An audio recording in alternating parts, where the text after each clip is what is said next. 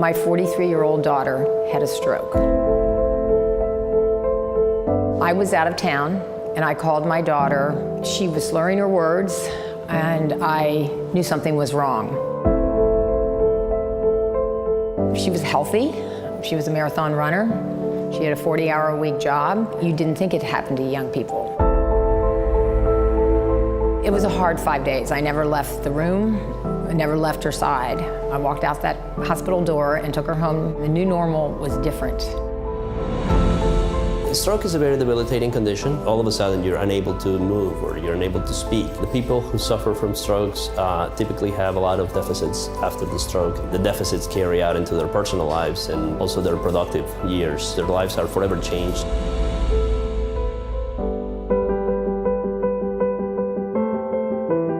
I had some plants that had to be put in the ground before we left on vacation, and suddenly started to feel kind of unwell.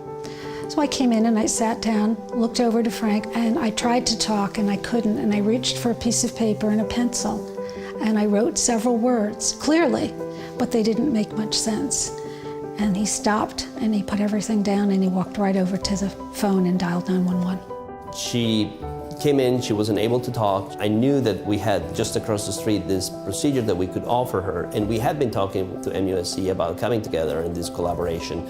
So we already had a very good working relationship with them. So I contacted them across the street and I told them, you know, I have a patient that I think is a great candidate. They went in and took out the clot. They literally put a catheter in and threaded it up into my brain, grabbed the clot, what they could of it, and sucked it out. Just amazing.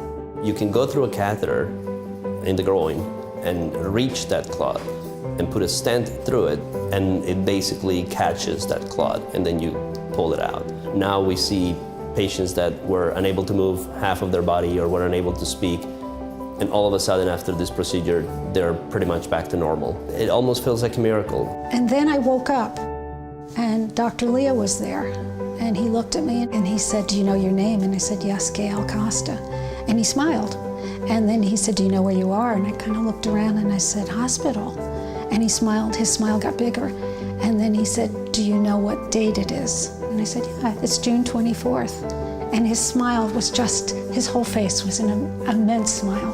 And he said, "You're back." First thing I tell my patients when I see them is that you're not allowed to worry. I'm doing the worrying for you. You just sit back and relax. We're gonna take care of you.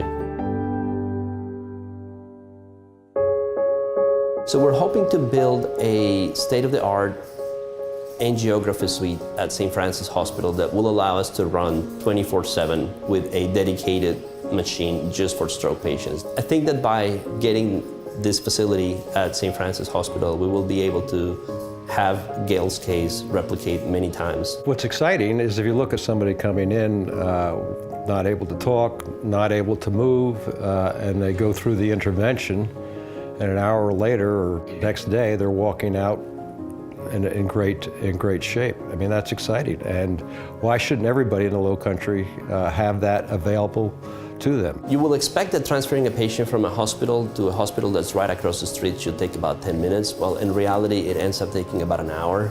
If we were able to, instead of transferring the patient to a different hospital, just get the patient ready for the procedure, and in the meantime, as the patient gets prepared, the team also goes to that suite, then that will cut the time significantly. Every minute counts. Millions and millions of cells are dying every second. I'm just a firm believer that everybody should care about your hospital, because you're going to need your hospital. Through psychologists at Roper, through the therapy at Roper, through the goodness of the art of healing, of being in this beautiful museum. My daughter, she has done very well. She loves the family at Roper, and she's happy. To me, it's an opportunity to make the place you live a better place. And also, it's very personal. Marge's mom passed away suddenly due to a stroke. You know, to get that call that she had collapsed and then lost her a couple days later was very traumatic to all of us. And then I saw my daughter-in-law experience that the day after Christmas, losing her father to just a massive stroke. And you wonder if the technology that is now available and what we're trying to create with this program was available, would they still be alive? I think it's really important to help other people. And I think if Roper can give the kind of care to people to save them from the terrible effects of a stroke, I think it's really important. It's pretty amazing that they can treat somebody the way they treated me, and that I can be 9 months out of the stroke and be totally deficit-free.